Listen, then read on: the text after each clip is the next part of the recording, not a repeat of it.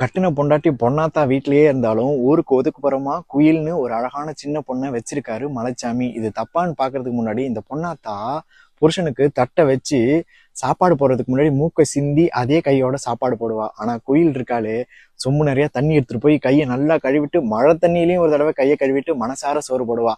ஒரு சிட்டுக்குருவியை கூட ரசிக்கிறவரு மலைச்சாமி. அவரை கெட்ட வார்த்தையில திட்டுறவத்தான் பொண்ணாத்தா.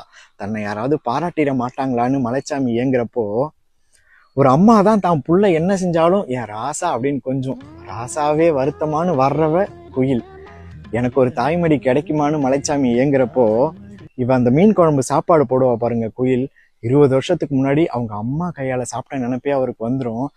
எனக்கு கண்ணெல்லாம் கலங்கிடணும், எங்க அம்மா 4 மிளகா தட்டி போட்டு குழம்பு வைப்பா அதே மாதிரியே இருக்குன்னு சொல்லி அந்த ஆனந்த கண்ணீரை மலைச்சாமி கண்ணுல வர வைக்கிறா.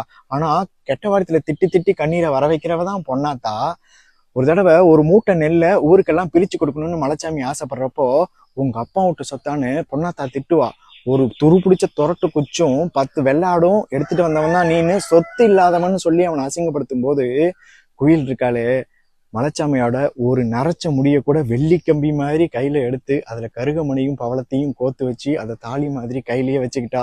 மலைச்சாமி கேட்பாரு, ஏன் என் முடியை எடுத்துக்கிட்ட அப்படின்னு.